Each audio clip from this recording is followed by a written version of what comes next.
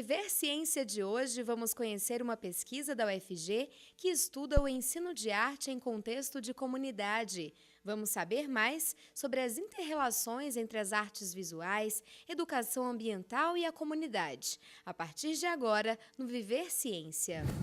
O ensino de arte em contextos de comunidade é o tema de um projeto de pesquisa que está sendo desenvolvido na Faculdade de Artes Visuais da UFG. A partir do estudo, integrantes do curso de licenciatura em Artes Visuais pretendem promover a troca de conhecimentos e experiências entre professores, membros da comunidade e estudantes. Temos processos etnográficos de imersão nos contextos com os quais nós dialogamos, a pesquisa narrativa, a questão do registro por imagens, mas tem uma coisa que eu considero fundamental, que é tempo, que eu gostaria de adicionar a essa pergunta sobre metodologia. E esse é o tempo da imersão. Então é o tempo da conversa, é o tempo de parar, é o tempo de escutar, é o tempo de perceber, é o tempo de fazer reflexões. As reflexões propostas pela pesquisa incentivam um potencial crítico no ensino de artes visuais. O contato com a comunidade e o seu cotidiano faz com que os pesquisadores conheçam novas formas de conhecimento que vão além do meio acadêmico, como a arte comunitária, a arte popular, acervo cultural e outros. Hoje nós temos, assim, os meus orientandos de mestrado e doutorado. Nós temos a bolsista PIBIC e uma outra professora da FAV, que ela tem o seu próprio projeto, mas é um projeto que também dialoga, que nasce dentro desse meu projeto, que é a professora Eliane Chaude. Inclusive, o doutorado da Eliane tem uma relação muito forte com a nossa ida à cidade de Goiás e um trabalho que a gente faz com as artesãs. E ela faz um doutorado no qual ela dialoga com costureiras no estado da Bahia, em Cruz das Almas. Então, tem um círculo, digamos, rizomático, assim, de interesses de pesquisa que não se fixam só no meu projeto. Para um bate-papo sobre esta pesquisa, está aqui com a gente no estúdio do Viver Ciência, a Leda Guimarães, coordenadora do estudo, junto com a Hélia Barbosa Menezes, integrante da pesquisa. Sejam bem-vindas, obrigada por aceitarem o nosso convite. Obrigada. Professora Leda, como vimos na reportagem, a senhora falou sobre novas formas de conhecimento que vão além do meio acadêmico. O que muda na prática educacional ao relacionar o ensino de arte com o contexto de comunidade? Eu acredito, e acredito junto com outros pesquisadores, que a comunidade é uma fonte na qual nós podemos beber, nós da academia podemos beber em busca de formas não sistematizadas do que seja arte e nessas práticas mais colaborativas trazer para a formação de professores essa outra proposição, esse outro tempo de conhecer e fazer arte. Hélia, como a comunidade, em sua opinião, que já tem a sua própria arte, pode se beneficiar desse contato com o meio acadêmico? A gente falou agora dos benefícios do meio acadêmico para com a comunidade, né? E essa troca, o processo inverso, o que você pode falar para a gente? Na comunidade tem uma troca de conhecimento maior, né? Onde a gente leva também um pouco do que a gente aprende na sala de aula, e também agrega ao nosso conhecimento o que elas passam, né, da vivência delas. Então, é um diálogo, uma troca de conhecimento.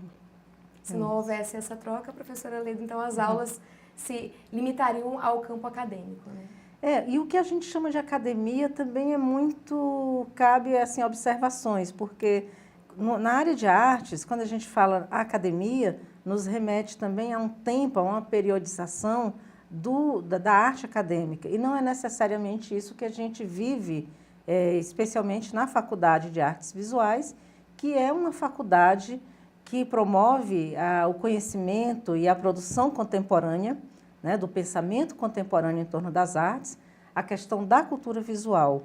E o que eu poderia dizer é que esse nosso projeto de ir na comunidade está perfeitamente em diálogo com essa contemporaneidade de ver a arte para além dessas fronteiras de um conhecimento sistematizado, classificado enquanto tal.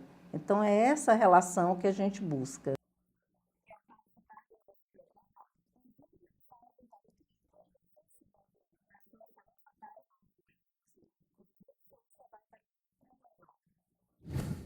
A seguir, você vai saber como o ensino de artes pode ajudar as comunidades a serem mais autônomas e incentivar as pessoas a irem em busca dos seus direitos e deveres.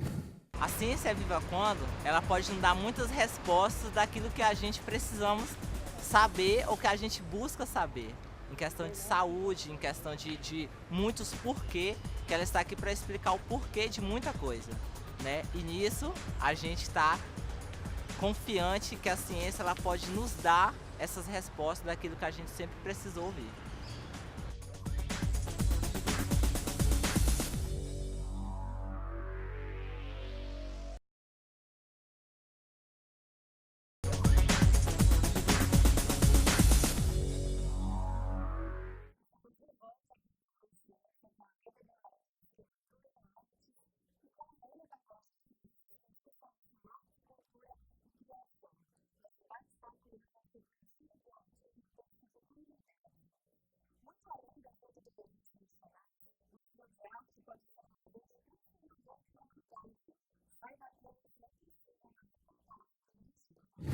Como o ensino de artes pode ajudar as comunidades a serem mais autônomas e incentivar as pessoas a irem em busca dos seus direitos e deveres?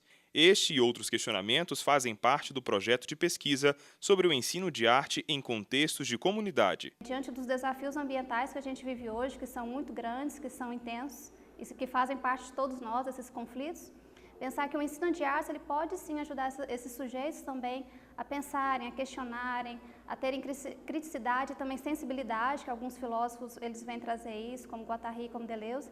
Então a gente está ainda puxando e está estudando um pouco isso. Como é que esse ensino de arte ele pode ajudar comunidades também dentro desse processo de educação ambiental e dentro desses conflitos ambientais atuais. Na prática, o estudo quer promover inter-relações entre as artes visuais, educação ambiental e a comunidade. Como a comunidade vive? Quais são as características de cada local? São algumas das reflexões da pesquisa. Com o processo de pesquisa, a gente foi fazendo recortes até chegar na cidade de Goiás, com mais vivências até chegar na produção das paneleiras de Goiás. A de influência indígena, africana e portuguesa característica. Então, é um artesanato único que faz parte daquele contexto. E tanto de um contexto de tradição da produção artesanal, quanto de sobrevivência. Elas produzem, mantendo essa tradição que é passada de geração em geração, mas elas vivem disso também.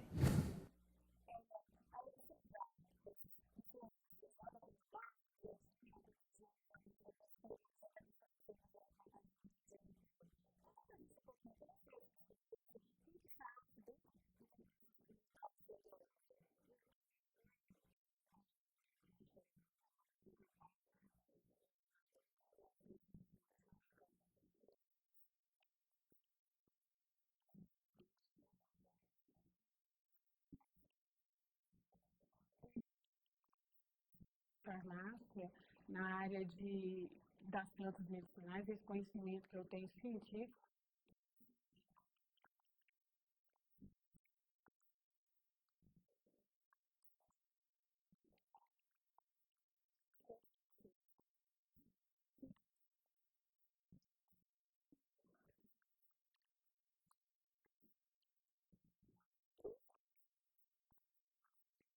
É um grupo de bordadeiras entre 50 a 80 anos de idade, de uma comunidade, de uma igreja, né, Nossa Senhora Auxiliadora da Vila Nova, do setor Vila Nova ali, e esse grupo se reunia todas as quartas-feiras para bordar. E a princípio eu cheguei lá, elas me sentiram um pouco como intrusas, né, mas aí com o tempo eu acabei até aprendendo a bordar junto com elas, porque eu percebi que bordando eu conseguiria coletar mais dados no meu diário de bordo, né? porque elas falavam sobre a vida delas bordando. Nessa prática do bordado, elas acabavam falando da vida delas. E assim, eu fui vendo a experiência que elas tinham com o bordado e fui coletando esses dados no meu diário de bordo. Foi muito gratificante essa pesquisa, porque foi uma troca de conhecimento muito enriquecedor, muito grande, que me agregou muito e eu tenho certeza que também pude passar um pouco do meu conhecimento para ela.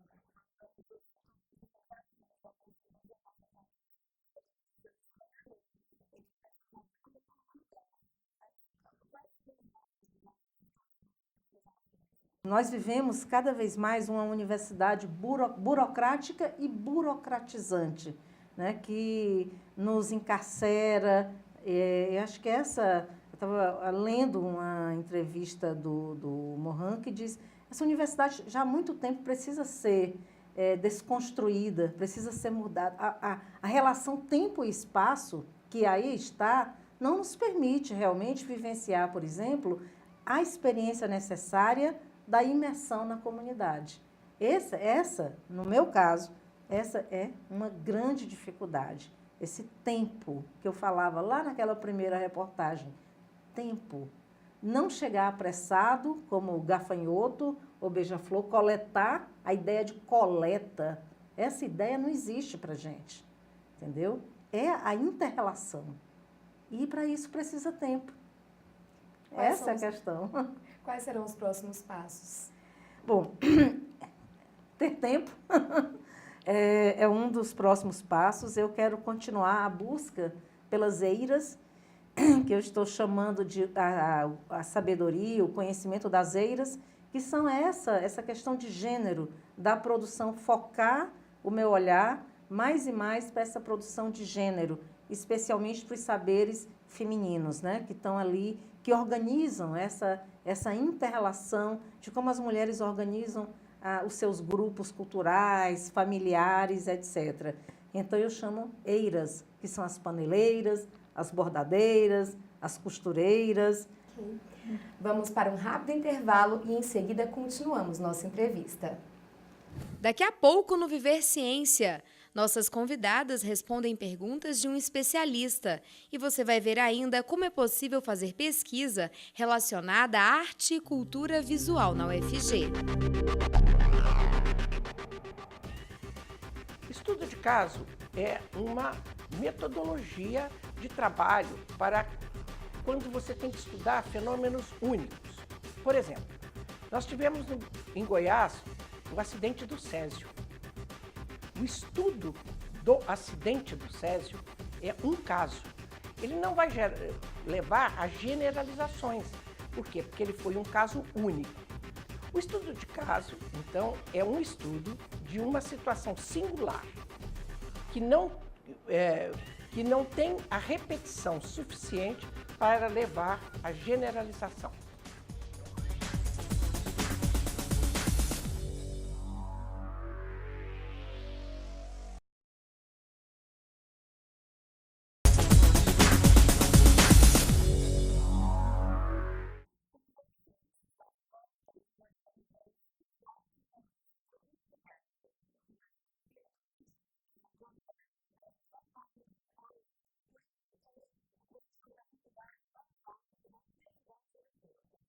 Gostaria de saber como é que se pode compatibilizar o ritmo de trabalho académico com o ritmo de trabalho das comunidades.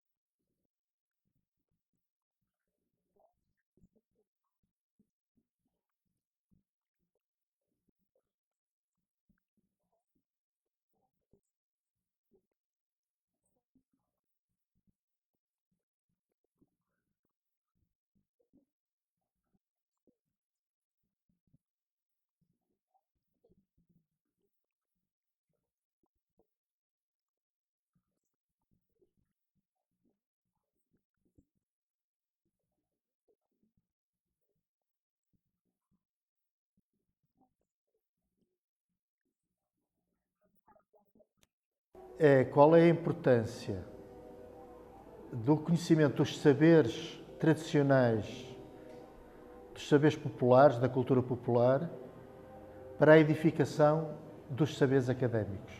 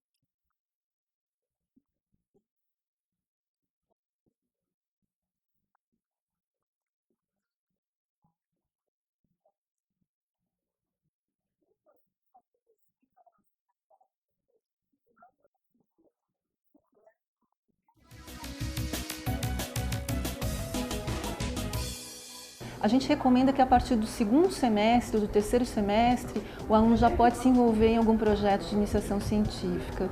O nosso mestrado e doutorado, que compõe o programa de pós-graduação em arte e cultura visual, oferece curso de formação em mestrado e doutorado nessa área.